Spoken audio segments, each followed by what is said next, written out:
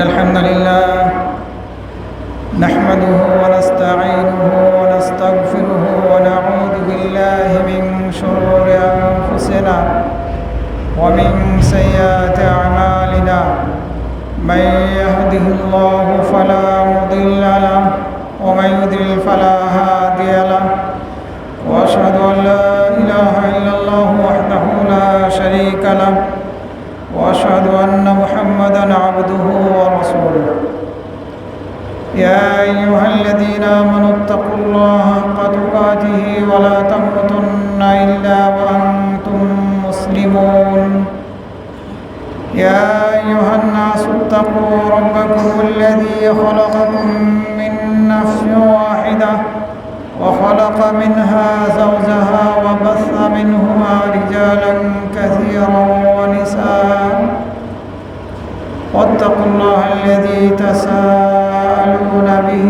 والأرحام إن الله كان عليكم رقيبا يا أيها الذين آمنوا اتقوا الله وقولوا قولا سديدا يصلح لكم أعمالكم ويغفر لكم ذنوبكم ومن يطع الله ورسوله فقد فاز فوزا عظيما أما بعد فإن خير الحديث كتاب الله وخير الهدي هدي محمد صلى الله عليه وسلم وشر الأمور محدثاتها وكل محدثة بدعة وكل بدعة ضلالة وكل ضلالة في النار فأعوذ بالله من الشيطان الرجيم قل إن ربي يبسط الرزق لمن يشاء من عباده ويقدر له وما أنفقتم من شيء فهو يخلفه وهو خير الرازقين وجاء في حديث عن أبي هريرة رضي الله عنه أن رسول الله صلى الله عليه وسلم قال الله عز وجل أنفق يا ابن آدم أنفق عليك رواه البخاري وغيره সমস্ত প্রশংসা মহান রব্বুল আলামিনের জন্য যার অশেষ মেহেরবানিতে আল্লাহ রব্বুল আলামিন যার অশেষ মেহেরবানিতে আমরা আজকে কিছুক্ষণ আগে ভয়াবহ একটি ভূমিকম্পের সম্মুখীন হয়েছিলাম। আল্লাহ রাব্বুল আলামিন আমাদেরকে নিরাপদে রেখেছেন, এর জন্য শুকরিয়া আদায় করছি আলহামদুলিল্লাহ। অনেকেই আহত হয়েছে, বেশ কয়েকজন মারা গিয়েছে, এই সংবাদ আমাদের নিকটে এসেছে। আল্লাহ রাব্বুল আলামিন তাদেরকে যাতে জান্নাতবাসী করেন। যারা মারা গিয়েছেন যদি ঈমানের সাথে তারা মৃত্যুবরণ করে থাকে তাহলে, আর যারা আহত হয়েছে আল্লাহ রাব্বুল আলামিন তাদেরকে যাতে সুস্থতা দান করেন। সম্মানিত মুসল্লিবৃন্দ, আজকের খুতবার বিষয়বস্তু হচ্ছে আনফিক ইয়া ইবনা আদম উনফিক আলাইক। আবু হুরায়রা রাদিয়াল্লাহু আনহু থেকে বর্ণিত হয়েছে, রাসূল সাল্লাল্লাহু আলাইহি ওয়াসাল্লাম বলেছেন, আল্লাহ রাব্বুল আলামিন বলেন, হাদিসে কুদসি হ্যাঁ, রিজিক বৃদ্ধির উপায় এবং আল্লাহর পক্ষ থেকে আরো উত্তম বড় প্রতিদান পাওয়ার উপায় দান খয়রাত করাটা, সাদাকা করাটা, এটি সম্পদে আপনার বরকত দান করবেন আল্লাহ রাব্বুল আলামিন, রিজিক বৃদ্ধি করবেন, আবার প্রতিদানটা আল্লাহ রাব্বুল আলামিন বড় দেবেন। সুতরাং আমাদেরকে সময় থাকতেই সম্পদের শুকরিয়া আদায় করে দান খয়রাত করতে হবে, সম্পদকে পবিত্র করতে হবে। আল্লাহ রাব্বুল আলামিন অন্য আয়াতের মধ্যে বলছেন ঈমানদারদেরকে উদ্দেশ্য করে, হে ঈমানদাররা, আনফিকু মিম্মা রাযাকনাকুম মিন ক্বাবলি আন ইয়াতিয়া ইয়াউমুন লা বাইউন ফীহি ওয়ালা খুল্লা ওয়ালা শাফাআ। হে মুমিনরা, আমরা যা তোমাদেরকে দিয়েছি তা থেকে তোমরা ব্যয় করো, সেদিন আসার পূর্বে যেদিন বেচা কেনার সুযোগ থাকবে না, বন্ধু থাকবে না, সুপারিশ করার মতো কেউ থাকবে না, সেই দিন আসার পূর্বেই তোমরা আল্লাহর পথে তোমাদেরকে যে রিজিক দেওয়া হয়েছে সেগুলো থেকে দান করো, খরচা করো। দান খয়রাত মুসলিমদের পক্ষ থেকে না করাটা একটি কাফেরদের বৈশিষ্ট্য, অমুসলিমদের বৈশিষ্ট্য, মনে রাখতে হবে। আর এ কারণেই আল্লাহ রাব্বুল আলামিন এই আয়াতের শেষে গিয়ে বললেন ওয়াল কাফিরুনা হুমুজ জালিমুন, আর কাফেররাই হচ্ছে জালেম। কাফেররা জালেম, যারা অকৃতজ্ঞ, কৃতজ্ঞতা প্রকাশ করে না, নিয়ামতের শুকরিয়া আদায় করে না, এরা জালেম। সুতরাং আমাদেরকে শুকরিয়া আদায় করতে হবে আল্লাহর পথে দান করার দ্বারা।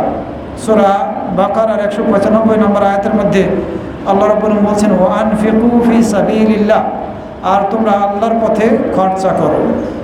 সূরা মুনাফিকুনের 10 নম্বর আয়াতের মধ্যে আল্লাহ রাব্বুল আলামিন বলছেন ওয়ানফিকু মিম্মা রাযাকনাকুম, আর তোমরা খরচা করো তোমাদেরকে যেসব রিজিক দিয়েছি সেগুলো থেকে, সেই সময় আসার পূর্বেই, যখন তোমাদের কারো নিকটে মৃত্যু এসে যাবে, এই মৃত্যুর সময় আসার পূর্বেই, মৃত্যুর সময় যখন এসে যাবে, দান খয়রাত না করে থাকলে, আল্লাহর পথে খরচা না করে থাকলে হয়তোবা তখন আমাদেরকে অনুতপ্ত হতে হবে। তখন হয়তোবা আমরা আফসোস করব, আফসোস করে বলবো রব্বি লাউলা আখারতানি ইলা আজালিন করিব, হে আমার রব, যদি আমাকে একটু সময় দিতে, মৃত্যুটা যদি একটু পিছিয়ে দিতে, ফাসসাদাকা, তাহলে আমি দান খয়রাত করতাম, ওয়া আকুম মিনাস সালিহিন, এবং আমি নেককারদের অন্তর্ভুক্ত হয়ে যেতাম। আমাদের অবস্থা যেন এরকম না হয়। আল্লাহ রাব্বুল আলামিন দান করতে বলেছেন সময় থাকতে, সময় থাকতে আমরা দান খয়রাত করব। কত দিকে আমরা খরচা করি, কত পথে আমরা খরচা করি। ছেলে মেয়েদের জন্য যারা মসজিদের কথা বলবেন, বাইরে যে কথা বলেন, যারা এদিক ওদিকে আরেকজনের সাথে হাসবেন খুতবা চলা অবস্থাতে, তারা বাইরে চলে যাবেন। এগুলি বেয়াদবি। জুমার নামাজ পড়তে এসেছেন কেন? বারবার বলা হয় যে জুমার নামাজ পড়তে এসে খুতবা চলা অবস্থায় আপনারা কথা বলবেন না, আলহামদুলিল্লাহ বলবেন না, সুবহানাল্লাহ বলবেন না, জোরে কোনো আওয়াজই করবেন না, একে অপরের দিকে ইঙ্গিত দিবেন না। এগুলো কি বারবার বলার পরেও আপনারা সংশোধন হন না কেন? কেন এসেছেন জুমার নামাজ পড়তে? আপনার জুমার নামাজ তো আপনি শেষ করলেন, জোহর হয়ে গেল, আপনার জন্য জুমার নামাজটা জোহর হয়ে গেল, স্পষ্টভাবে হাদিসের মধ্যে বলা হয়েছে।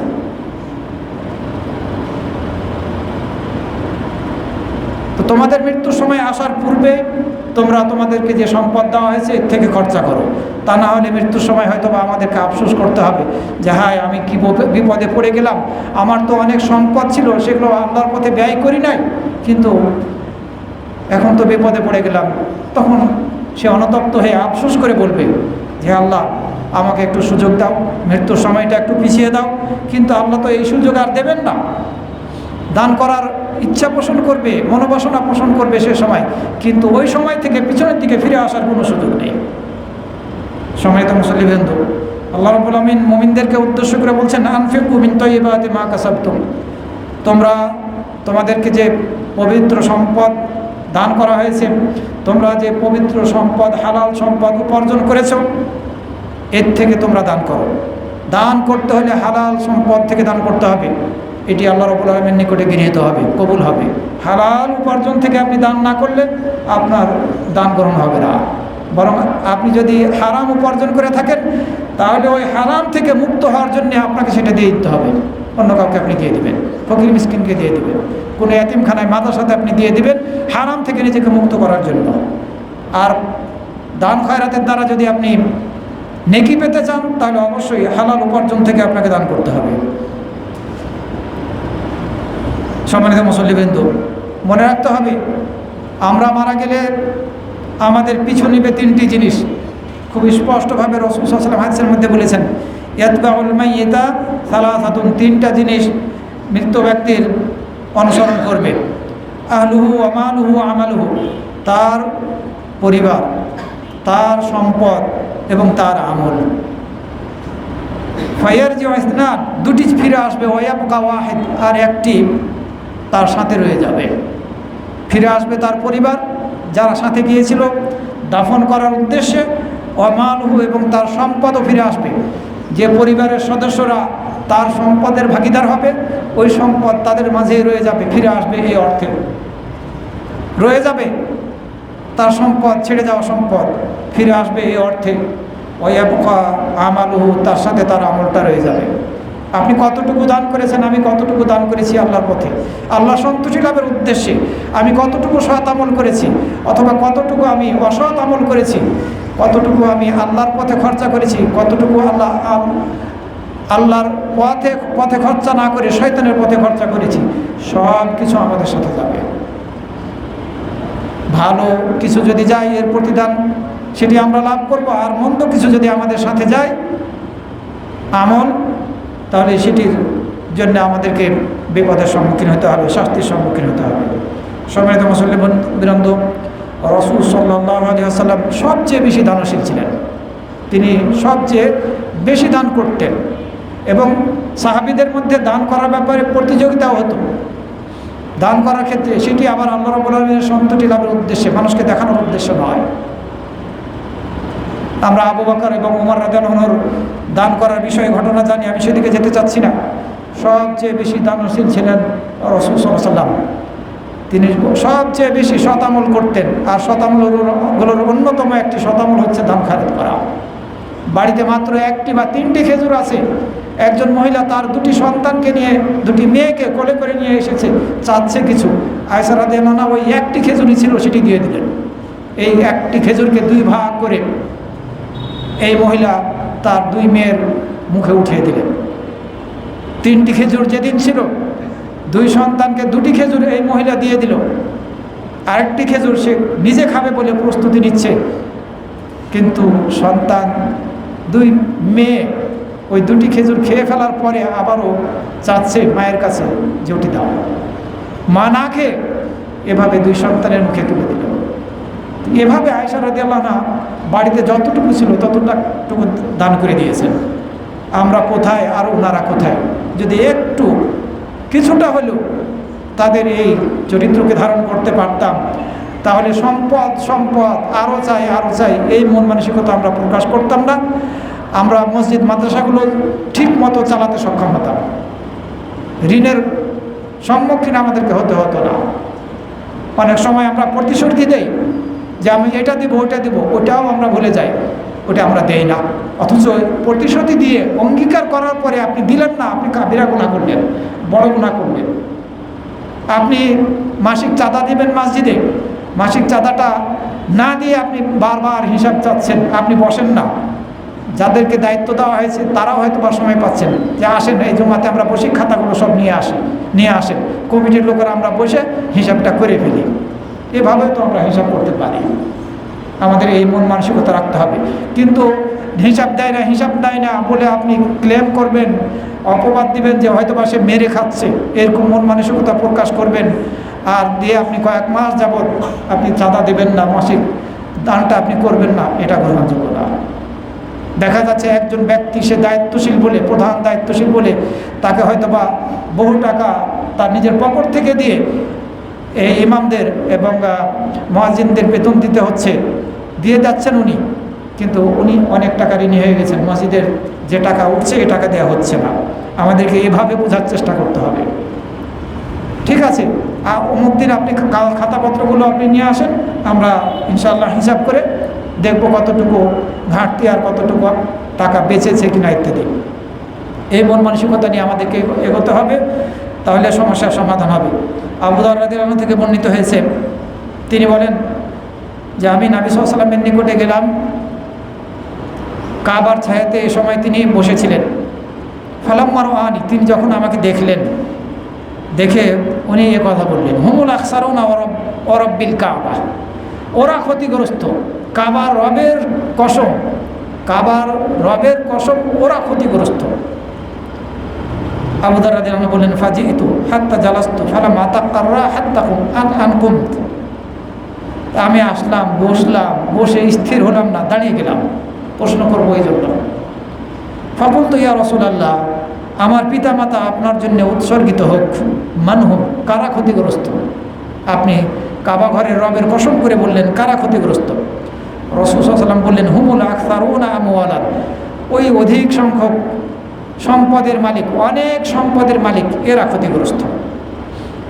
বাস্তবিক পক্ষে তাই, যার যত সম্পদ আছে সে তত বেশি কৃপণতা করে, এটা আমরা সমাজের মধ্যে লক্ষ্য করি। তবে ঢালাওভাবে সবার ক্ষেত্রে এটা হয়তো বা প্রযোজ্য নাও হতে পারে।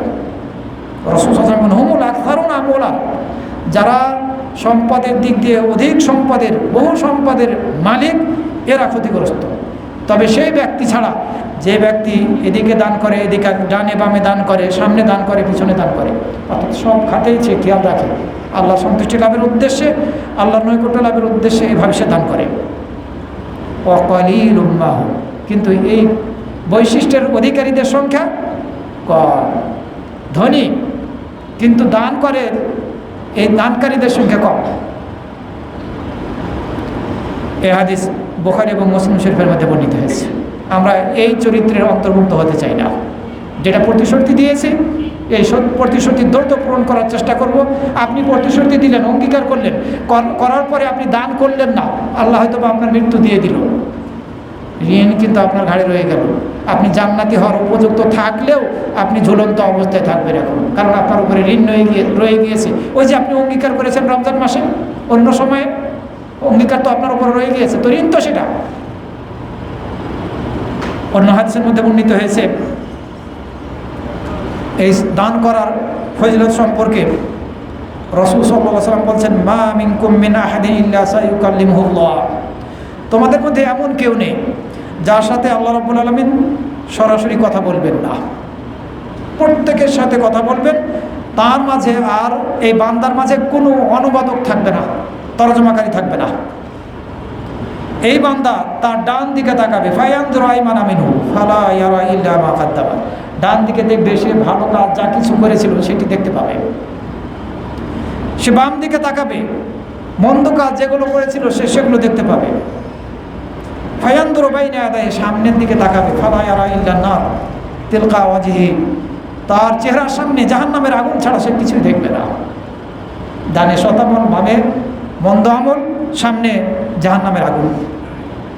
সুতরাং এই অবস্থা থেকে তোমরা যদি বাঁচতে চাও, রাসূল সাল্লাল্লাহু আলাইহি ওয়াসাল্লাম শেষে গিয়ে বললেন, ফাত্তাকুন নারা ওয়ালাউ বিশিক্কি তামরা, তুমি জাহান্নামের আগুন থেকে নিজেদেরকে তোমরা বাঁচাও, জাহান্নামের আগুন থেকে, জাহান্নাম থেকে তোমরা নিজেদেরকে বাঁচাও একটা খেজুরের অর্ধেক সাদাকা করার দ্বারা হলেও। কতটুকু? একটা খেজুরের অর্ধেক কতটুকু? এতটুকু যদি তুমি সাদাকা করতে পারো, এই সাদাকা করার দ্বারা হলেও জাহান্নাম থেকে তোমরা নিজেদেরকে বাঁচাও। এই হাদিস বুখারী, মুসলিম সহ অন্যান্য হাদিস গ্রন্থের মধ্যে বর্ণিত হয়েছে। আমরা কি ভেবে দেখেছি? যদি একটু দেখি আয়েশা রাদিয়াল্লাহু আনহার ওই ঘটনার দিকে, তাহলে হয়তো বা অনুভব করব। আর সেটার দিকে না তাকাই, তাহলে আমাদের পক্ষে অনুভব করা সম্ভব হবে না। নবী সাল্লাল্লাহু আলাইহি ওয়াসাল্লাম কেন সাদাকা করার নির্দেশ দিলেন, এর উত্তরে উমর রাদিয়াল্লাহু আনহু থেকে এর উত্তরটা উমর রাদিয়াল্লাহু আনহু দিয়েছেন। উমর রাদিয়াল্লাহু আনহু বলছেন, দুকের আলী আন্নাল আমালাতু ভাই, আমার নিকটে আলোচনা করা হয়েছে, উল্লেখ করা হয়েছে যে আমলগুলো প্রতিযোগিতা করবে, আমলগুলো গর্ব করবে একে অপরের সাথে। যেখানে যে জায়গা আছে এসেছেন, বসে পড়ুন। আমলগুলো এক আমল আর এক আমলের সাথে গর্ব করবে, অহংকার করবে। সাদাকা বলবে, আনা আফদালুকুম, তোমাদের মধ্যে আমি সবচেয়ে বেশি উত্তম। এই সাদাকাটা হচ্ছে উত্তম আমলের অন্তর্ভুক্ত, যে আমলের দ্বারা জাহান্নাম থেকে নাজাত পাওয়া যায়। সাদাকা করার অনেক উপকারিতা আছে। এই সাদাকা আল্লাহর ক্রোধকে নিভিয়ে ফেলে, আল্লাহর ক্রোধকে দূর করে দেয়। রাসূল সাল্লাল্লাহু আলাইহি ওয়াসাল্লাম হাদিসের মধ্যে বলেছেন, ইন্না সাদাকাতা সিররি তুদফিউ গাদাবার রাব্ব তাবারাকা ওয়া তাআলা, নিশ্চয় গোপন সাদাকা রব্বুল আলামিনের ক্রোধকে নিভিয়ে ফেলে, দূর করে ফেলে। আবার এই সাদাকা গুনাহগুলোকে মোচন করে ফেলে। আন্নাহা তামহুল খাতিয়াহ, রাসূল সাল্লাল্লাহু আলাইহি ওয়াসাল্লাম বলছেন, ওয়াস সাদাকাতু তুদফিউল খাতিয়াতা কামা তুদফিউল মাউন নারা, সাদাকা গুনাহগুলোকে মোচন করে ফেলে যেমনিভাবে পানি আগুনকে নিভিয়ে ফেলে। এভাবে সাদাকা আমাদের গুনাহগুলোকে দূর করে ফেলে, গুনাহ থেকে আমাদেরকে মুক্ত করে দেন আল্লাহ রাব্বুল আলামিন। এই সাদাকা, দান খয়রাত জাহান্নামের আগুন থেকে আমাদেরকে সুরক্ষা দান করে, যেটা একটু আগেই শুনেছি। এই সাদাকা কবরের মধ্যে যে শাস্তি, প্রতাপ, জাহান্নামের আগুনের প্রতাপ, এর থেকে আমাদেরকে বাঁচাবেন কবরের মধ্যে। রাসূল সাল্লাল্লাহু আলাইহি ওয়াসাল্লাম বলছেন, ইন্না সাদাকাতা লা তুদফিউ আন আহলিহা হাল্লাল কুবুর, নিশ্চয় সাদাকা কবরবাসীর কবরের প্রতাপ থেকে সুরক্ষা দান করবে, কবরের প্রতাপকে নিভিয়ে ফেলবে এই সাদাকা, ঠান্ডা করে ফেলবে। এই সাদাকাকারী দানকারী কিয়ামত দিবসে সাদাকার ছায়া তলে আশ্রয় লাভ করবে। সে দান করছে, সাদাকা করছে আল্লাহ সন্তুষ্টি লাভের উদ্দেশ্যে, মানুষকে দেখানোর উদ্দেশ্যে নয়, পরবর্তীতে খোঁটা দেওয়ার উদ্দেশ্যে নয় যে আমি এটা দিয়েছি ওটা দিয়েছি, এ ধরনের খোঁটা দেওয়ার উদ্দেশ্যে নয়। যদি নিছক আল্লাহ সন্তুষ্টি লাভের উদ্দেশ্যে দান করে থাকে, তাহলে এই সাদাকা, এই দান কিয়ামত দিবসে ছায়া হিসেবে আমাদের সামনে আসবে, আমাদেরকে ছায়া দান করবে। ইন্নামা ইয়াস্তাযিল্লুল মুমিনু ইয়াওমাল কিয়ামা, রাসূল সাল্লাল্লাহু আলাইহি ওয়াসাল্লাম বলছেন, মুমিন ব্যক্তি কিয়ামত দিবসে তার সাদাকার ছায়া তলে ছায়া লাভ করবে। সম্মানিত মুসল্লিবৃন্দ, রাসূল সাল্লাল্লাহু আলাইহি ওয়াসাল্লাম অন্য হাদিসের মধ্যে বলেছেন এই ভাষায়, কুল্লু মরিইন ফি দিল্লি সাদাকাতিহি, প্রত্যেক মুসলিম ব্যক্তি তার সাদাকার ছায়া তলে কিয়ামত দিবসে আশ্রয় লাভ করবে, হাত্তা ইউকদা বাইনান নাস, যে পর্যন্ত মানুষের মধ্যে ফয়সালা করা সম্পূর্ণ না হয়েছে, যে পর্যন্ত মানুষের মাঝে ফয়সালা করা সম্পূর্ণ না হয়েছে, সে পর্যন্ত প্রত্যেক দানকারী ব্যক্তি তার দানের ছায়াতলে আশ্রয় লাভ করবে কিয়ামত দিবসে। এছাড়া আমরা জানি 7 শ্রেণীর লোক কিয়ামত দিবসে আল্লাহর আরশের ছায়াতলে ছায়া লাভ করবে, যেদিন আল্লাহর ছায়া ছাড়া আর কোনো ছায়া থাকবে না। এর মধ্যে অন্যতম এক ব্যক্তি হচ্ছে সেই ব্যক্তি যে গোপনে দান করলো, তার ডান হাত দিয়ে দান করলো, বাম হাত জানতে পারলো না, গোপনে দান করলো। এই গোপনে যদি আমরা দান করতে পারি, তাহলে আল্লাহ রাব্বুল আমিন আমাদেরকে এই ফজিলত দেবেন। গোপনে দান না করে যদি আপনি প্রকাশ্যও করেন, নিয়াতে যদি কোনো গোলমাল না হয়, তাতে কোনো সমস্যা নেই, ইনশাআল্লাহ আপনার দান কবুল হবে। অন্যদেরকে উৎসাহিত করার মন মানসিকতা নিয়ে আপনি দান করলেন। সাদাকাটা হচ্ছে ওষুধ। রাসূল সাল্লাল্লাহু আলাইহি ওয়াসাল্লাম হাদিসের মধ্যে বলেছেন, তোমরা দান করার দ্বারা, সাদাকা করার দ্বারা তোমাদের রোগীর চিকিৎসা করো, একথা বলেছেন। দাউ মারাদাকুম বিসসাদাকা, সাদাকার দ্বারা তোমাদের রোগীদেরকে তোমরা চিকিৎসা করো, একথা বলেছেন। অনেক সময় আমরা কেউ অসুস্থ হলে মান্নত মানি, সুন্নাহ বিরোধী কাজ। রাসূল সাল্লাল্লাহু আলাইহি ওয়াসাল্লাম মান্নত মানতে নিষেধ করেছেন, বলেছেন তোমরা মান্নত মেনো না। মান্নত কৃপণতা থেকে বের করে নিয়ে আসা ছাড়া আর কোনো উপকার করে না। অনেকে কেউ পরিবারে অসুস্থ থাকলে, ছেলে হোক মেয়ে হোক, স্বামী অথবা স্ত্রী, বাবা মা, কেউ যেই হোক না কেন, মান্নত মানে আল্লাহ যদি আমার এই পরিবারের সদস্যকে সুস্থতা দান করেন, তাহলে আমি একটা খাসি অথবা গরু এতিমখানায় দান করব। আল্লাহ দায় পড়েছে, আপনি আল্লাহকে পেঁচে ফেলাতে চাচ্ছেন। আল্লাহ যদি সুস্থ করে দেন, মানে আল্লাহ আপনার জন্য আল্লাহ দায় পড়ে গেছে যে আপনি এ ধরনের শর্ত দিবেন। যদি এটা সুধারণা পোষণ নয়, এটা কুধারণা পোষণ করা হয় আল্লাহর ব্যাপারে, এটা করা যাবে না। মান্নত কোনো কিছুর ক্ষেত্রে কখনো মান্নত মানবেন না। মান্নত মানতে রাসূল সাল্লাল্লাহু আলাইহি ওয়াসাল্লাম নিরুৎসাহিত করেছেন। কৃপণতা থেকে বের করে নিয়ে আসা ছাড়া মান্নত কোনো উপকার করতে পারে না। তবে যদি এই মান্যতটা আল্লাহর আনুগত্য করার ক্ষেত্রে কেউ মেনেই ফেলে, তাহলে তাকে সেটা পূরণ করতে হবে। আর যদি আল্লাহর আনুগত্য করার ক্ষেত্রে না হয়, তাহলে অবশ্যই তাকে কাফফারা দিতে হবে। এই দান খয়রাতটা হচ্ছে রোগীর জন্য এটা ওষুধ। আমরা অসুস্থ কেউ হলে তার জন্যে দান খয়রাত করব, মান্যত করব না। আব্দুল্লাহ ইবনে মুবারক, ইমাম আবু হানিফা রাহমাতুল্লাহর ছাত্র, তার নিকটে এক ব্যক্তি এসে প্রশ্ন করল যে তার এই হাঁটুতে ফোড়া উঠেছে, পচড়া, 7 বছর যাবৎ বহু চিকিৎসা করেছে, কিন্তু কোনোভাবে এটি ভালো হচ্ছে না। ওয়াসাল আল আতিব্বা, ডাক্তারদেরকে জিজ্ঞাসা করেছে, এই চিকিৎসার জন্য কোনো উপকারী আসছে না। তখন আব্দুল্লাহ ইবনে মুবারক বললেন, তুমি যাও, যে স্থানে পানির প্রয়োজন সেই স্থানে একটা কুয়া খনন করে দাও। এখন তো বর্তমানে কুয়া নেই, টিউবওয়েল বসানোর পদ্ধতি আছে। একটা কুয়া খনন করে দাও সেখানে, যে জায়গায় মানুষের বিশুদ্ধ পানির প্রয়োজন সেখানে। আমি আশা করি, আব্দুল্লাহ ইবনে মুবারক রাহমাতুল্লাহ আলাইহি বললেন, যে যখনই এই কুয়া থেকে পানি ওঠা শুরু করবে আর সেখান থেকে লোকেরা তাদের প্রয়োজন মাফিক পানি গ্রহণ করবে, তখনই তোমার এই ঘাটা শুকানো শুরু করবে। তোমার এখান থেকে যে পুজ বের হচ্ছে, রক্ত বের হচ্ছে, এগুলো শুকিয়ে যাবে। এই ব্যক্তি তাই করলো, আল্লাহ রাব্বুল আলামিন তাকে সুস্থতা দান করলেন। তো সাদাকার দ্বারা রোগীদেরকে চিকিৎসা করাতে হবে, মান্যতের দ্বারা নয়। আপনার অন্তর খুব কঠিন হয়ে গিয়েছে, বক্রতা এসে পড়েছে, আল্লাহর আনুগত্য করছে না, হয়তোবা আল্লাহকে স্মরণ করা থেকে বিমুখ হয়ে গিয়েছেন। এই অন্তরকে নরম করতে চাইলে সাদাকা করতে হবে, দান করতে হবে। রাসূল সাল্লাল্লাহু আলাইহি ওয়াসাল্লামের নিকটে এক ব্যক্তির পক্ষ থেকে অভিযোগ আসলো যে তার অন্তরটা খুব কঠিন হয়ে গিয়েছে। তখন রাসূল সাল্লাল্লাহু আলাইহি ওয়াসাল্লাম বললেন, ইদা আরাদতা তালঈনা কালবাক, তুমি যদি তোমার অন্তরটাকে নরম করতে চাও ফাতইমিল মিসকিন, তাহলে মিসকিনকে খাবার খাওয়াও। ওয়ামসাহ রাসাল ইয়াতীম, আর ইয়াতীমের মাথায় হাত বুলাও, ইয়াতীমের দিকে লক্ষ্য রাখো। তো যদি আপনার অন্তরে বক্রতা চলে আসে, আল্লাহকে বেশি বেশি করে স্মরণ না করে আল্লাহর পথ থেকে অন্য মানুষকে আমরা হয়ে গিয়েছি বা হয়ে গিয়েছেন, তাহলে সেক্ষেত্রে আমাদেরকে মিসকিনদেরকে সাহায্য সহযোগিতা করতে হবে, তাদের বিপদ আপদের সময় দাঁড়াতে হবে। ইনশাআল্লাহ আমাদের অন্তরটা আল্লাহ রাব্বুল আলামিন নরম করে দেবেন।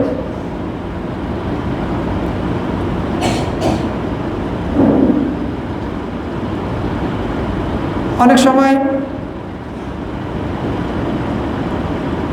এই শরীরে বিভিন্ন ধরনের বিপদ আপদ আসে, প্রাকৃতিক বিভিন্ন ধরনের দুর্যোগ আসে।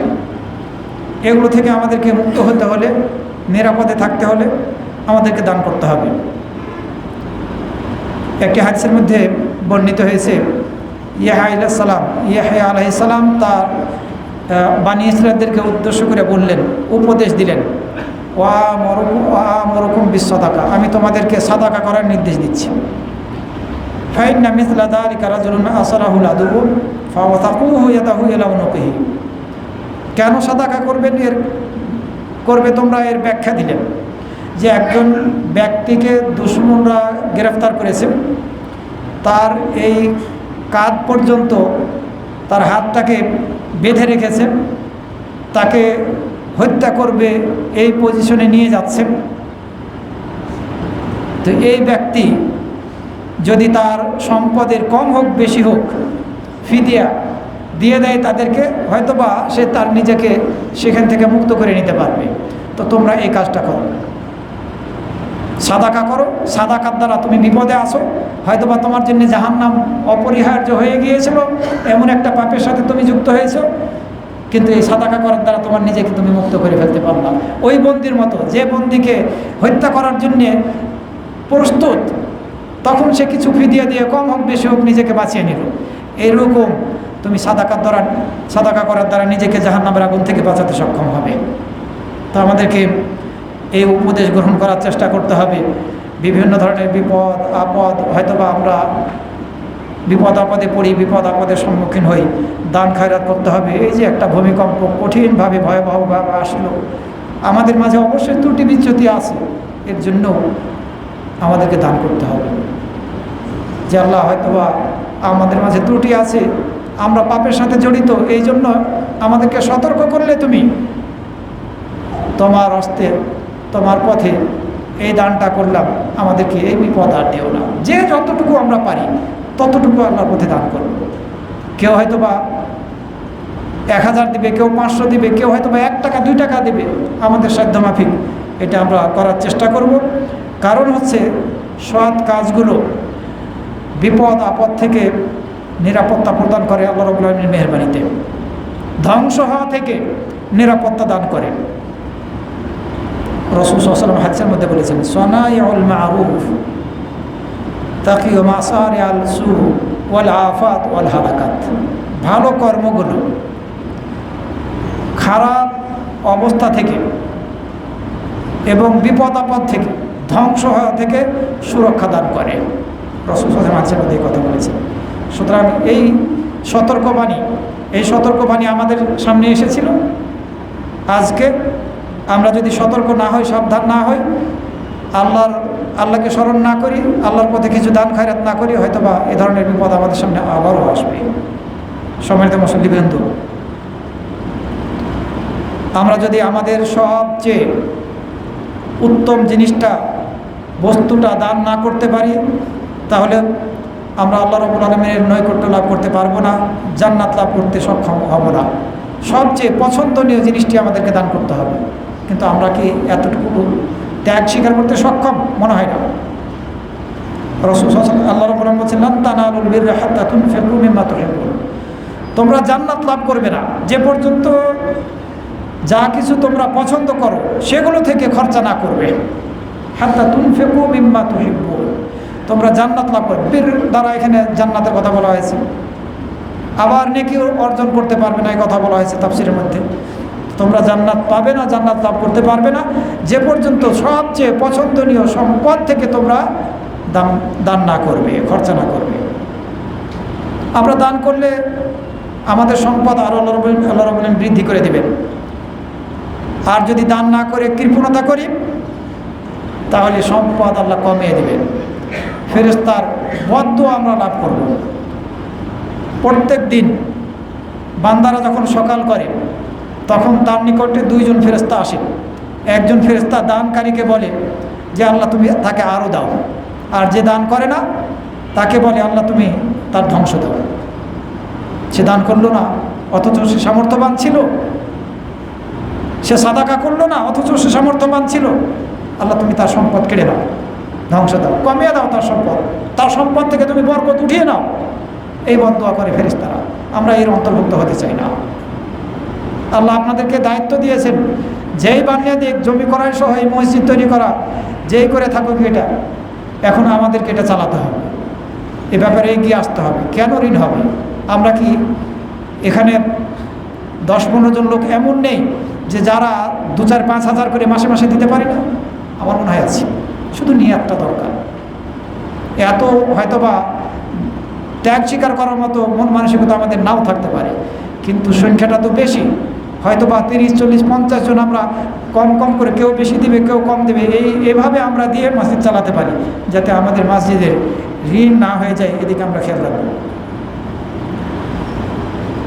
এছাড়া সম্পদে আল্লাহ রাব্বুল দান খয়রাত করাটা, সম্পদের মধ্যে আল্লাহ রাব্বুল আমিন দান খয়রাত করার দ্বারা বরকত দান করে। রাসূল সাল্লাল্লাহু আলাইহি ওয়াসাল্লাম হাদিসের মধ্যে বলেছেন, কেউ যদি পবিত্র সম্পদ থেকে, উপার্জন থেকে, হালাল উপার্জন থেকে একটা খেজুর দান করে, আল্লাহ রাব্বুল আমিন এই খেজুরটাকে তার হাত দিয়ে লালন পালন করতে থাকেন এবং এটিকে পাহাড়ের সমান বানিয়ে দেন, অথবা এর চাইতে বড় বানিয়ে দেন, এর চেয়ে বড় বানিয়ে দেন। আপনারা একটু সামনে এগিয়ে বসুন। আপনি পিছনের দিকে ইশারা করলেন কেন? আপনি তাকাচ্ছেন কেন পিছনের দিকে? এই মুসল্লি, এই যে মুরব্বী, আপনি পিছনের দিকে তাকাচ্ছেন কেন? আপনার কি প্রয়োজন আছে? আপনারা ফাঁকা জায়গা আছে, একটু আগে বসুন।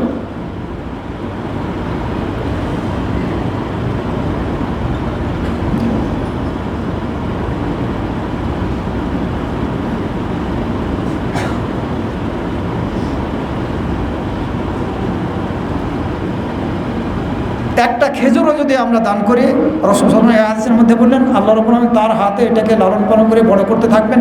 এদিকে আরও জায়গা আছে সামনে, প্রথম কাতারে আপনারা 2-3 জন আসতে পারেন, এখানে 3-4 জন আসতে পারেন। দান করার ক্ষেত্রে আমরা চেষ্টা করব গুনে গুনে দান না করার। যদি গুনে গুনে দান করি, তাহলে আল্লাহ রাব্বুল আমিন আমাদেরকে গুনে গুনে দেবেন। গুনে দান করলে গুনে দেবেন। চেষ্টা করব দিলাম আল্লাহর রাস্তায়, আল্লাহ দেবেন, এই মন মানসিকতা নিয়ে আল্লাহ বরকত দান করবেন। এই মন মানসিকতা নিয়ে আমরা দান করব, ইনশাআল্লাহ আল্লাহ রাব্বুল আমিন বরকত দান করবেন, সম্পদ আরও বাড়িয়ে দেবেন।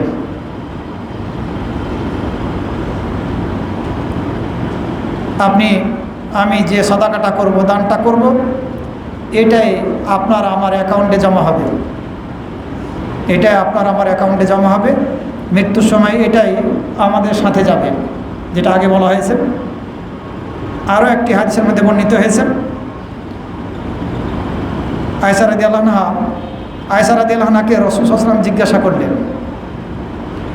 একটি ছাগল জবে করা হয়েছিল, এই ছাগলটার পাক করার পরে রাসূল সাল্লাল্লাহু আলাইহি ওয়াসাল্লাম সাহাবীদের মেহমানদারি করলেন। মেহমানদারি করার পরে আয়েশা রাদিয়াল্লাহু আনহাকে জিজ্ঞাসা করলেন যে এই ছাগলের আর কি বাকি আছে। আয়েশা রাদিয়াল্লাহু আনহা বললেন যে একটা কাঁধের অংশ বাকি আছে, বাহুর অংশ বাকি আছে, কথা বললেন। রাসূল সাল্লাল্লাহু আলাইহি ওয়াসাল্লাম বললেন, না, পুরোটাই বাকি রয়েছে এই অংশটা ছাড়া। যে এই ছাগলের গোশতের দ্বারা যে মেহমানদারি করেছি সেগুলো বাকি রয়েছে, এটি ছাড়া, এই বাহুর অংশটা ছাড়া সেগুলো বাকি রয়েছে। কারণ সেগুলো আখিরাতের অ্যাকাউন্টে জমা হয়ে গিয়েছে, সেগুলো আমাদের সাথে যাবে। আর এই যেটা দান করার সুযোগ হয়নি, মেহমানদারি করার সুযোগ হয়নি যে গোশতটুকুর দ্বারা, এটি আমাদের সাথে যাবে না, এই কথা বলে। সুতরাং আমরা এইভাবে দান করার ক্ষেত্রে চিন্তা ভাবনা করে দান করবো ইনশাআল্লাহ। আল্লাহ রাব্বুল আলামিন আমাদেরকে বরকত দান করবেন। আল্লাহ রাব্বুল আলামিন সূরা আল হাদীদের 18 নম্বর আয়াতের মধ্যে বলছেন, ইন্নাল মুসাদ্দিকিনা ওয়াল মুসাদ্দিকাত ওয়া আকরাদুল্লাহা কারদান হাসানা ইউদাআফু লাহুম ওয়া লাহুম আজরুন কারীম। নিশ্চয় দানশীল পুরুষ এবং দানশীল নারীগণ এবং যারা আল্লাহকে উভয় ঋণ দান করে, উত্তম ঋণ দান করে, যারা আল্লাহকে উত্তম ঋণ দান করে, দানশীল নারী হোক অথবা পুরুষ হোক। নারীরা দান করবে না বিষয়টি এমন নয়। আপনি হয়তো বা মাসিক হিসাবে আপনার স্ত্রীকে কিছু খরচের জন্য টাকা দিচ্ছেন, সে কিছু খরচা করলো আর সেখান থেকে জমিয়ে আবার দানও করলো, সেটা তার টাকা, করতে পারে যতটুকুই হোক না কেন। তো দানশীল নারী এবং পুরুষ এবং যারা আল্লাহকে উত্তম ঋণ দান করে, দান করাটা হচ্ছে উত্তম ঋণ দেওয়া। ওয়া আকরাদুল্লাহ কারদান হাসানা, আল্লাহকে উত্তম ঋণ দান করে, দেয়, তাদের দেওয়া হবে বহুগুণ বেশি। এদেরকে আল্লাহ রাব্বুল আলামিন বহুগুণ বেশি দান করবেন দুনিয়াতে এবং আখিরাতে, ইনশাআল্লাহ। ওয়া লাহুম আজরুন কারীম, এবং তাদের জন্য রয়েছে সম্মানজনক পুরস্কার। সুতরাং আমরা যদি দান করি তাহলে কমবে না, বরং আল্লাহ রাব্বুল আলামিন বরকত দান করবেন, বহুগুণে সম্পদ বাড়িয়ে দেবেন। সূরা বাকারার 245 নম্বর আয়াতের মধ্যে আল্লাহ রাব্বুল আলামিন বলছেন, মান যাল্লাযী ইউকরিদুল্লাহা কারদান হাসানা ফায়ুযাইফাহু লাহু আদআফান কাসীরা আল্লাহু ইয়াকবিদু ওয়া ইয়াবসুতু ওয়া ইলাইহি তুরজাউন। কে সে যে আল্লাহকে কর্জে হাসানা প্রদান করবে? কে সেই ব্যক্তি? তিনি তার জন্যে তা বহুগুণে বৃদ্ধি করবেন। কর্জে হাসানা দান করলে এটিকে আল্লাহ রাব্বুল আলামিন বহুগুণে বৃদ্ধি করবেন, প্রসারিত করে দিবেন। এবং আল্লাহ রাব্বুল আলামিন যাকে ইচ্ছা তাকে তার সম্পদকে সংকুচিত করেন, আর যাকে ইচ্ছা তার জন্যে প্রসারিত করেন। সুতরাং আমাদেরকে দান করতে হবে যাতে আমাদের রিজিকের মধ্যে প্রসারিত অবস্থা আমরা লাভ করি, রিজিকে আমরা বরকত লাভ করি। দানকারীকে বিশেষ ফজিলত দেওয়া হয়েছে। দান বাবু সদাকা নামে, দানের দরজা নামক একটি দরজা আছে জান্নাতের। দানকারীরা এই দরজা দিয়ে জান্নাতে প্রবেশ করার সুযোগ লাভ করবে। রাসূল সাল্লাল্লাহু আলাইহি ওয়াসাল্লাম হাদিসের মধ্যে বলেছেন, মান আনফাকা যাওজাইনি ফি সাবিলিল্লাহ, যে ব্যক্তি আল্লাহর পথে জোড়ায় জোড়ায় দান করবে, 1 টাকা না 2 টাকা, বলা হয়েছে আপনাদের সামনে এই হাদিস পড়বে, নউদিয়া ফিল জান্নাহ, জান্নাতের মধ্য থেকে তাকে ডাক দেওয়া হবে, ইয়া আব্দুল্লাহ হাদা খায়রুন, হে আল্লাহর বান্দা, এটি কল্যাণকর কাজ, এটি কল্যাণকর কাজ। সুতরাং এই ফজিলত আমরা লাভ করতে পারব।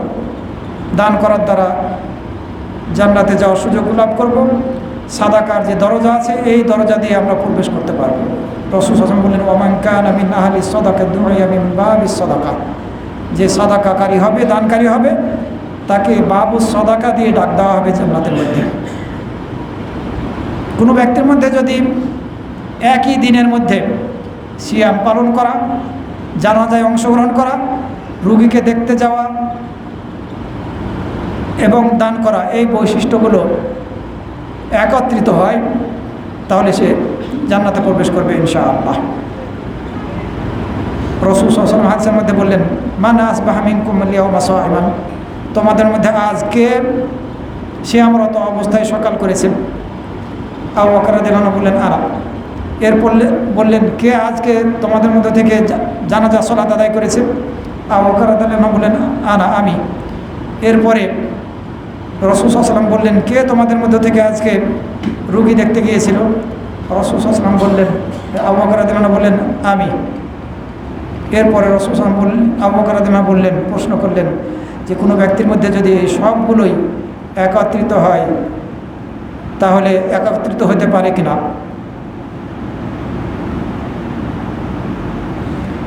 আবু বকর রাদিয়াল্লাহু আনহু যখন বললেন আমি, তখন রাসূল সাল্লাল্লাহু আলাইহি ওয়াসাল্লাম বললেন, যে ব্যক্তির মধ্যে এই সবগুলো একত্রিত হবে সে জান্নাতে প্রবেশ করবে। সুতরাং আমরা যতটুকু সম্ভব আমাদের দান করার ততটুকু দান করার ব্যাপারে আমরা সচেষ্ট থাকব। ইনশাআল্লাহ আমরা এই ফজিলতগুলো লাভ করতে পারব। খুতবা দিতে গিয়ে যখন শুরুতেই কিছু ব্যাঘাত ঘটে, তখন খুতবার মধ্যে আর মন মানসিকতা যথাযথভাবে কাজ করে না। অনেক সময় আপনাদের ওপরে রাগ করে কথা বলি, মাফ করবেন। কিন্তু যখন বারবার করেও যদি প্রত্যেক জুমাতেই যদি বা মাসে আমি 2টা খুতবা দিই এখানে আপনাদের এখানে, বহুবার সতর্ক করেছি আপনাদেরকে যে কথা বলবেন না, সুবহানাল্লাহ বলতে পারবেন না, আলহামদুলিল্লাহ বলতে পারবেন না, জোরে আমিনও বলতে পারবেন না। এই বিষয়গুলো আপনারা খেয়াল রাখবেন। যদি আমিন বলবেন আওয়াজ ছাড়া মনে মনে, যখন ইমাম সাহেব খতিব সাহেব দোয়া করবে, তো এই বিষয়গুলো যাতে আমরা কখনো না ভুলি, আমরা এ ব্যাপারে সতর্ক থাকব। আমরা অনেকেই ব্যবসা করি, এই ব্যবসায়ীদের ব্যবসা করতে গিয়ে অনেক সময় অনেক ত্রুটি বিচ্যুতি হয়ে যায়। ইচ্ছাকৃত না, ইচ্ছাকৃত ত্রুটি বিচ্যুতি করলে এটা বিপজ্জনক। ইচ্ছা ছাড়াই অনেক সময় ত্রুটি বিচ্যুতি হয়ে যায়। তাহলে এই ত্রুটি বিচ্যুতিগুলো কিভাবে আপনি মোচন করবেন, কিভাবে ক্ষমা পাবেন? রাসূল সাল্লাল্লাহু আলাইহি ওয়াসাল্লাম হাদিসের মধ্যে বলেছেন, সাদাকা করার দ্বারা, দান খয়রাত করার দ্বারা। সুতরাং আমরা যারা ব্যবসায়ী এই বিষয়টা মনে রাখার চেষ্টা করব। যখন আমরা ধনী অবস্থায় কৃপণতা করছি, সুস্থ আছি এবং আবার কৃপণ, সুস্থ অবস্থায় আছে আবার কৃপণ, আবার ধন সম্পদের মালিকও বানাইছেন আল্লাহ রাব্বুল আলামিন। তো ধন সম্পদের মালিক না বানালে তো কৃপণ হওয়ার কথা না। সাধারণত সুস্থ এবং কৃপণ, আপনি ভয় করছেন দান খয়রাত করে দিলে আপনার সম্পদ কমে যাবে। এই অবস্থায় যদি আপনি দান খয়রাত করতে পারেন তাহলে এই দানটা হচ্ছে, সাদাকাটা হচ্ছে সর্বোত্তম। আপনি দান খয়রাত কৃপণতা করে করলেন না, ভয় করলেন যে আপনি হয়তোবা দরিদ্র হয়ে যাবেন, আপনার সম্পদ কমে যাবে, এই ভয় করলেন। এরপরে একটা সময় যখন চলে আসবে তখন আপনি অনেক দান করতে যাবেন, ওই সুযোগটা আপনার হয়তো নাও থাকতে পারে। সে সময় অনেকের ক্ষেত্রে এরকম ঘটছে। অনেক সম্পদের মালিক ছিল, এখন দান খয়রাতের বিষয়টা ওনার আয়ত্তের বাইরে, ছেলেমেয়েরা আর রাজি না, অসুস্থ বিছানায়, চিকিৎসাও করাচ্ছে না তারা, এরকম অবস্থা। ছেলেমেয়েরা দেখছে না, চিকিৎসা করাচ্ছে না, অথচ অনেক সম্পদের মালিক। অনেকের ক্ষেত্রে এরকম আমাদের কাছে প্রশ্ন আছে যে এই অবস্থার সম্মুখীন হয়েছে, অন্যদের সহযোগিতায় তার চিকিৎসা করা হচ্ছে। হয়তোবা আল্লাহ রাব্বুল আলামিন তাকে এই বিপদে ফেলতেন না যদি সে তার এই সম্পদগুলো আল্লাহর পথে ব্যয় করত। আমরা এই বিষয়গুলো খেয়াল রাখবো। আমাদের উপরে যে ফরজ ইবাদত যাকাত দেওয়া, সেটা তো আমাদেরকে দিতেই হবে। এরপরেও আমাদের উপরে যারা বঞ্চিত হক আছে, মাদ্রাসা মসজিদের হক আছে, এতিমখানার হক আছে, পাড়া প্রতিবেশী যারা দরিদ্র, আত্মীয় স্বজন যারা দরিদ্র, তাদের হক আছে, তাদের ব্যাপারে আমরা খেয়াল রাখবো। শুধুমাত্র যাকাত পাওয়ার হকদার যারা, তারাই মুখাপেক্ষী, আর অন্যরা মুখাপেক্ষী হবে না, এই কথা বলা যাবে না। কারো হয়তো বা খাবার আছে, পোশাক আশাক আছে, অসুস্থ হয়েছে, চিকিৎসা করতে পারছে না, দেবেন তাকে, এমনকি জাকাত থেকেও তাকে দিতে পারবেন আপনি। সম্মানিত মুসল্লিবৃন্দ, দান খয়রাত আমাদেরকে করতে হবে। যে ইবাদতই আমরা করি না কেন, এই ইবাদতটা যদি আল্লাহ সন্তুষ্টি লাভের উদ্দেশ্যে হয় তাহলে এর প্রতিদান আল্লাহ রাব্বুল আলামিন নিকটে পাবে। আর যদি মানুষকে দেখানোর উদ্দেশ্য হয়, মানুষের প্রশংসা পাওয়ার উদ্দেশ্য হয়, তাহলে এর দ্বারা কোনো উপকার আমরা লাভ করব না। সুতরাং আমাদেরকে এটা খেয়াল রাখতে হবে। আমাদেরকে খেয়াল রাখতে হবে যে আমাদের সৎ আমলের ক্ষেত্রে, ইবাদতের ক্ষেত্রে, দান খয়রাতের ক্ষেত্রে কোনো যাতে রিয়ার অনুপ্রবেশ না ঘটে, লোক দেখানো মনোভাব যাতে আমাদের মাঝে না আসে, মানুষের প্রশংসা পাওয়ার মনোভাব যাতে আমাদের না আসে, যেটা সাধারণত রাজনৈতিক লিডারদের ক্ষেত্রে আমরা লক্ষ্য করি। এই করেছি, ওই করেছি, এটা করে দিব, ওইটা করে দিব, বিভিন্ন ধরনের প্রতিশ্রুতি। একসময় পাস করে যাবে, করবে না, বেশিরভাগ ক্ষেত্রে এটাই বাস্তব। বছরের পর বছর একটা প্রজেক্ট শুরু করে তারপর এটা হচ্ছে না, কারো স্বার্থের হানি ঘটছে, ও বাধা দিচ্ছে। আমাদের নারায়ণগঞ্জে এই ধরনের অনেক কিছু আছে, হচ্ছে না। শুরু হতে যাচ্ছে, অদৃশ্য শক্তির দ্বারা ওটা আবার বন্ধ হয়ে যাচ্ছে। শুরু হতে যাচ্ছে, না এই সরকার না, পরবর্তী সরকার এসে করবে। এ ধরনের অনেক কিছু সমাজের মধ্যে যেগুলি হচ্ছে, এভাবে আমরা সাফার করছি কারা? সাধারণ জনগণ যারা আমরা, তারা। এই সমস্যাগুলোর সম্মুখীন আমরা হচ্ছি, আমরা ক্ষতিগ্রস্ত হচ্ছি। অনেকে প্রশ্ন করেন যে এই যে নির্বাচন আসছে, আমরা কাকে ভোট দেব? তাকেই ভোট দিবেন। ভোট দেওয়াটা তো এটা ইসলামিক না। প্রথমত এই গণতন্ত্র ইসলামিক না, মনে রাখবেন, এই গণতন্ত্র ইসলামিক না। সকল বিজ্ঞ আলেমরা এ ব্যাপারে একমত, এটা ইসলামিক গণতন্ত্র। কিন্তু আমাদের উপরে চেপে গিয়েছে, কি করব আমরা? অনেকে এই প্রশ্ন করছে, আমাদের মাথার উপরে এসে পড়েছে, আমরা এর থেকে বের হতে পারছি না। কারণ কি? এক শ্রেণীর আলেম বলছেন, যেমন শেখ আলবানী রহমতুল্লাহ, ভোট দেওয়াই যাবে না, যেমন তাই হোক। আবার শেখ হুসাইন রহমতুল্লাহ বলছেন, যদি ভোট দিলে খারাপের মধ্যে ভালো একজন লোক কিছুটা হলেও, সে তুলনামূলক ভালো, ওকে দিলে হয়তো বা সে পাশ করলে হয়তো বা সমাজের কিছু উপকার হবে, ইসলামের কিছু উপকার হবে, তাহলে তাকে সমর্থনটা দেওয়া যেতে পারে। আপনি মনে করবেন যে এই লোকটা তো পাশ করবে না, বেকার তাকে ভোটটা দেওয়া হবে না, এই মন মানসিকতা আপনার রাখা যাবে না, যাতে কিয়ামতের দিন আপনাকে জবাবদাহি না করতে হয়। কিয়ামতের দিন জবাবদাহি করতে হবে আপনি কাকে সমর্থন করলেন, আপনি কে পাশ করলো আর না পাশ করলো, ওইটার জন্য জবাবদাহি করতে হবে না। আপনি কাকে, ভালো লোককে সমর্থন করলেন নাকি মন্দ লোককে সমর্থন করলেন। যদি শেখ ইবনে বাজ এবং শেখ হুসাইন রহমতুল্লাহ আলাইহির এই ফতোয়া আমরা মেনে নেই, তাহলে পরে যে ভালো তাকে ভোট দিতে হবে, পাশ করুক আর না করুক। কিয়ামতের দিন কমপক্ষে আমরা বলতে পারবো যে আল্লাহ, আমরা এই ভালো লোকটাকে সমর্থনটা জানাইছিলাম, জানি যে এটা ইসলামিক পদ্ধতি না, কিন্তু আমরা এমন একটা অবস্থার মধ্যে ছিলাম যে অবস্থা থেকে বের হওয়ার আমাদের কোনো সুযোগ ছিল না। সমাজের মধ্যে যাতে দিনের কিছুটা হলো উপকার হয়, এমন মনে করে যে লোকটাকে ভালো মনে করেছি, সে লোকটাকে দিয়েছি। এই মন মানসিকতা আমাদের রাখতে হবে, তা না হলে কিয়ামতের দিন হয়তো বা ফেঁসে যেতে হবে। আল্লাহ রাব্বুল আলামিন আমাদের সবাইকে সর্ব অবস্থায় যেটা সঠিক, যে সৎ, যারা সৎ, তাদের এই ক্ষেত্রে বিশেষভাবে সঙ্গী হওয়ার তৌফিক দান করুন। সম্মানিত মুসল্লিবৃন্দ, এই মসজিদের 1 লক্ষ থেকে 1.5 লক্ষ টাকা ঋণ আছে বর্তমানে। মাসিক চাঁদা আমরা অনেকে প্রতিশ্রুতি দিয়েও ঠিকমতো দিচ্ছি না, কারণ আগে আমি ব্যাখ্যা করেছি। আমরা একটু এগিয়ে আসব, হিসাব সবই আছে, লেখা আছে সব কিছু। আমার কথা হয়েছে, আমি হিসাবটা কয়েকদিন আগে থেকেই করতে বলেছি। উনি সময় পান নাই, বা হয়তো বা বসেছেন, একাধবার বসে কমপ্লিট করতে পারেন নাই। আপনারা কমিটির মিটিং ডেকে এক মজলিসেই হিসাব করে ফেলা সম্ভব। একটা দিন সময় দেন আপনারা, সেই দিন বসে আপনারা হিসাবটা কমপ্লিট করেন। তবে যতটুকু আমি জেনেছি, যতটুকু ওনারা হিসাব করেছেন, তাতে 1 থেকে 1.5 লক্ষ টাকা এই মসজিদে বর্তমানে ঋণ। এর মূল কারণ হচ্ছে আমরা যারা মাসিক চাঁদাটা দেওয়ার প্রতিশ্রুতি দিয়েছি, আমরা ঠিকমতো দিচ্ছি না। আমরা যারা প্রতিশ্রুতি দিয়েছি এককালীন কিছু করে দান করার, সেগুলো আমরা দিচ্ছি না। আমরা এই বিষয়টা একটু গুরুত্ব দিয়ে দেখব। আল্লাহর উপর আমাদের সবাইকে এই মসজিদের যে সমস্যা আছে, সমস্যাগুলো সমাধান করার তৌফিক দান করুন। আবারও আমি আপনাদেরকে বলছি, খুতবার মধ্যে আমার কথায় যদি কেউ অসন্তুষ্ট হয়ে থাকেন, দয়া করে মেহেরবানি করে মাফ করে দেবেন। জাযাকুমুল্লাহু খাইরান। আল্লাহ রাব্বুল আলামিন আমাদের সকল প্রকার ইবাদতকে যাতে কবুল করেন, আল্লাহর কাছে এই প্রার্থনা করছি। আকুলু কওলি হাযা ওয়া আস্তাগফিরুল্লাহ লি ওয়া লাকুম।